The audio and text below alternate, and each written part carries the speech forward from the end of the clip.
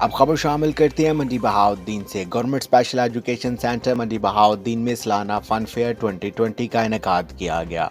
CEO education doctor Saifullah Khalid Langrial, अनतुर्रहमान Gondal, director Pak education house Taha Tahir, Mian Asif Shabbir, Lala Mohammad Azam, doctor Mujahid Mughal, Mukhtar Ahmed Bahawal का, नदीम अंजम फारूकी, मिर्जा राशिद और सिंगर नुमान खान शामिल थे। तमाम मेहमानों ने फन फेयर को कामयाब करार दिया। प्रिंसिपल मैडम अजरा परवीन ने उनके जुमला स्टाफ की मेहनत को खराज तहसीन पेश किया कि उन्होंने स्पेशल बच्चों के लिए इस मेले का इनेकाद किया और मेहमानों को इनके साथ खुशियाँ बांटने का मौका दिया। हमें रिपोर्ट कर रहे थे उमर अशरफ तनवीर अहमद के साथ।